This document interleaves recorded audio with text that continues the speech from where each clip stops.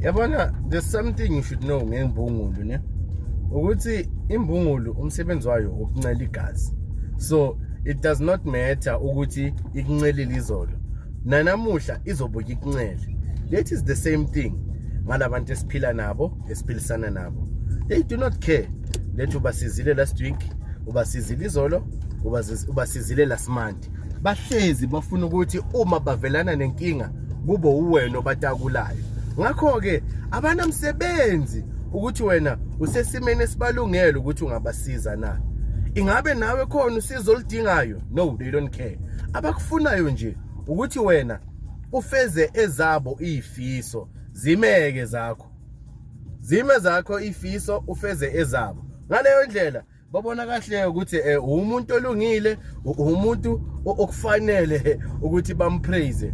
But if it ever happens ukuthi baba nenkinga or baba senkingeni and wena uyahluleka ukuba takula, you are a bad person. So it's very important ukuthi every once in a while ube umuntu oba selfish. Put yourself first. Ngoba nabo abantu laba esibabiza ngembungulu, esibabiza ngama-pests, esibabiza ngama-parasites, they are very selfish. Bazohlezi bathatha kuwena, abanandaba nawe.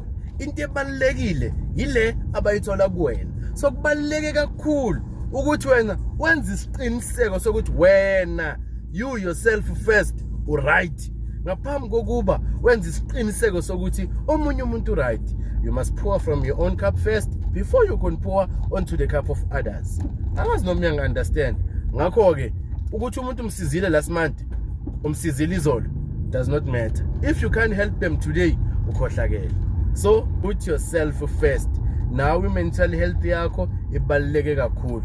Ngeke uzuba basize bonke, ngisho uJesu imbala ewethu sonke, kodwa usizo oyisizayo. So uba wena uzoceda ukuhlupheka kwabantu, bahlule umuntu obalethe emhlabeni umveli nqanga. Be selfish. Don't be arrogant. Take care of yourself before you take care of omunye umuntu.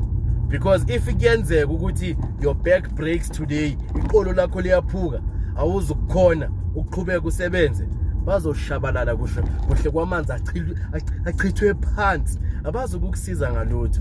Ngakho ke zinakekele wena nomndeni wakho nezingane zakho, and don't forget that way. Ube selfish. Be selfish and consider your emotions first before those of others. Thank you.